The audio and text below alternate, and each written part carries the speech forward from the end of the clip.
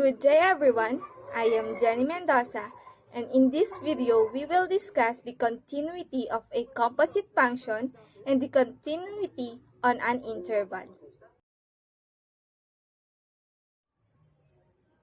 If g is continuous at a and f is continuous at g of a, then the composite function given by f of g of x is continuous at a. That means limit of f of g of x as x approaches a should be equal to f of g of a. Let me give you an example. For our example number 1, determine the continuity of f of g of x where f of x is equals to x cubed and g of x is equals to 6x squared where x is equals to 1. For our solution, we will have f of g of x is equals to 6x cubed. So, saan ang galing yung 6x cubed? Pinag-combine lang natin yung given equation na f of x is equals to x cubed at g of x is equals to 6x squared.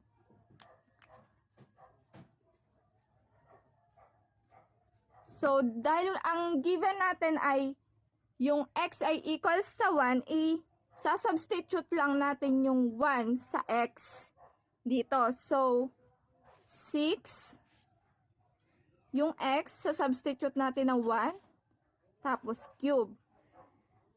So, magkakaroon tayo ng answer na f of g of x is equals to 216. So, i-compute naman natin yung limit niya. So, limit of f of g of x as x approaches 1 is equals to 6x cubed. So, ganun lang din. Sasubstitute natin yung value na 1 dun sa x. So, 6, yung x is magiging 1 and cube. So, magki-came up din tayo sa answer na limit of f of g of x as x approaches 1 is equals to 216. Kung makikita nyo, equal yung value ng f of g of x sa limit of f of g of x as x approaches 1. So, kagaya nung sinabi ko dun sa description ng continuity of a composite function, kapag nag-equal yung dalawa, ibig sabihin continuous siya. So, therefore, the value of f of g of x is continuous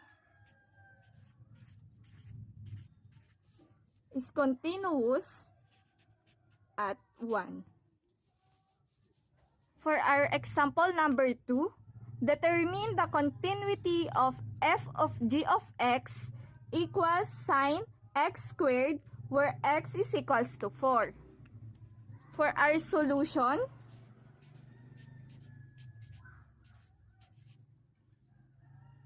f of g of x equals sine x squared. So, ang value ng ating x ay 4. So, isa-substitute lang din natin yung value ng x. So, sine, ang value ng x natin ay 4. So, 4 squared. So, magkakaroon tayo ng sagot na 4.87. Pag kinompute natin yung sine times 4 squared, magkakaroon tayo ng 4.87 na sagot. So, compute naman natin yung limit of f of g of x. Limit of f of g of x as x approaches 4. So, sine x squared. So, substitute lang din natin yung value ng x, which is 4. Sine, then 4 squared. Limit of f of g of x as x approaches 4. Magkikame up tayo sa final answer na 4.87 din.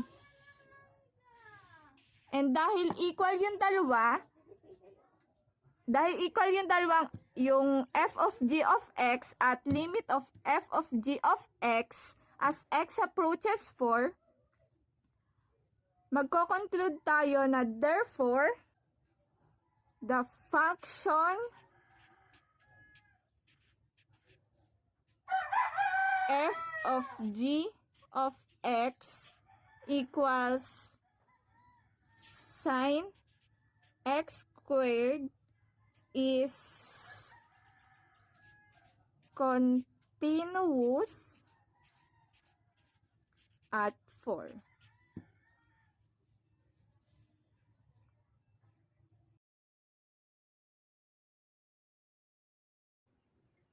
If a function is continuous on the interval, it is also continuous at every point on the interval.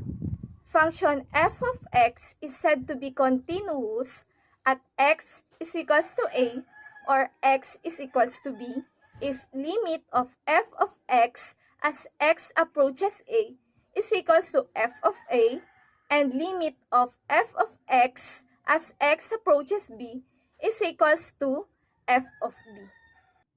For our example number 1, determine whether the function is continuous with a given interval -1 and 2. So our given function is f of x equals 2x plus 1. For our solution, ang una nating gagawin is hanapin yung value ng f of a natin. Ang a natin is ito, -1.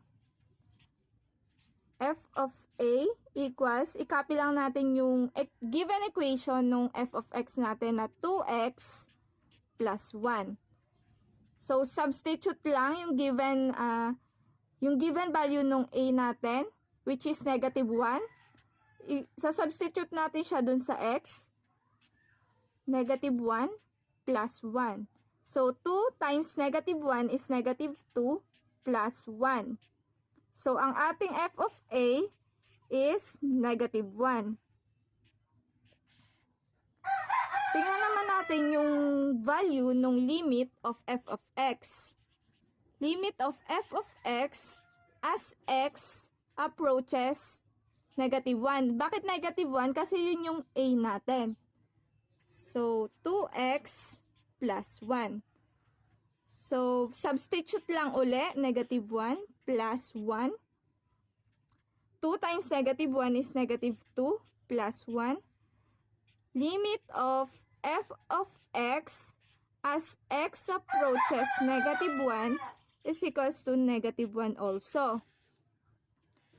Like what I said dun sa description ng continuity on an interval, kailangan maging equal yung f of a natin sa limit of f of x as x approaches a. So, kita naman natin na equal yung dalawa, kaya masasabi natin na continuous yung ating given problem. Tingnan natin kung mag-i-equal din yung ating b. So, b, ang RB is 2. So, f of b is equals to 2x plus 1. Ang b natin, isa-substitute lang din natin siya. 2, so 2 yung x natin, plus 1. Because 2 times 2 is 4, plus 1. So, f of b is equals to 5. Computin din natin yung limit of f of x niya as x approaches 2. Limit of f of x as x approaches 2. At 2x plus 1. So, 2x, substitute lang uli. 2 times 2 is 4 plus 1. Limit of f of x as x approaches 2 is also 5. So, makikita naman natin na nag-equal yung parehas na hinahanap natin na f of a is equals to limit of f of x as x approaches negative 1 at yung f of b natin nag-equal din siya sa limit of f of x as x approaches negative 2. So, for this problem, we can say that it is continuous with a given interval negative 1 and 2. For our next example, determine if function f of x equals square root of 9 minus x squared is continuous on the given interval negative 3 and 3.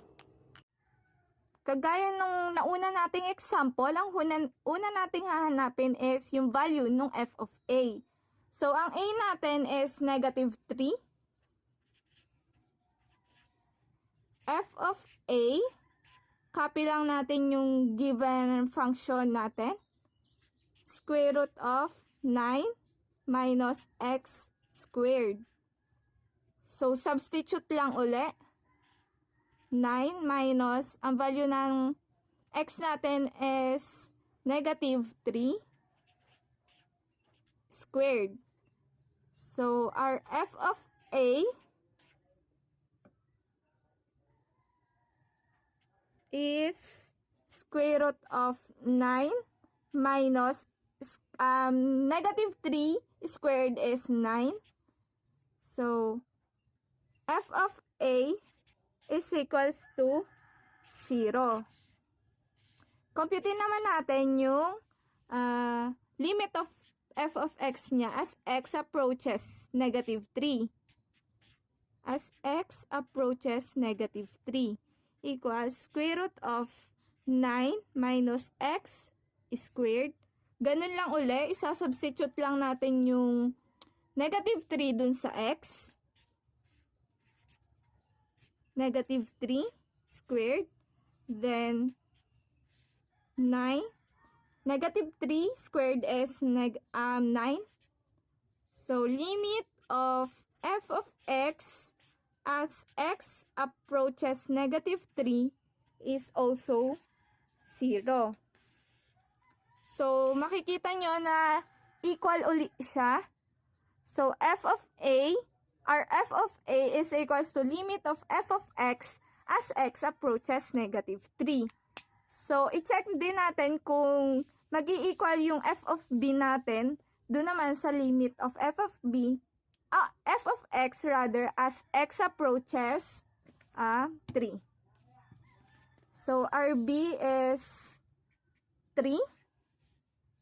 F of b is equals to 9 minus x squared. Substitute lang uli. 9 minus 3 squared. Magkikame up tayo sa answer na f of b is equals to 0 din.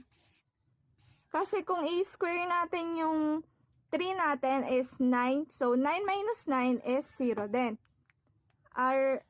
Computin naman natin yung limit of f of x as x approaches 3.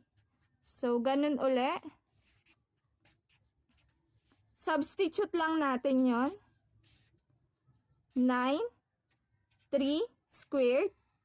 Limit of f of x as x approaches 3 is also 0.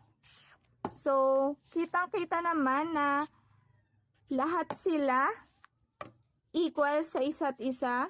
Kaya for this problem, the function f of x equals 9, square root of 9 minus x squared is continuous on the given interval, -3 and 3. And that's the end of our tutorial about the continuity of a composite function and the continuity on an interval. I hope you've learned a lot from me and thank you for watching. Bye-bye!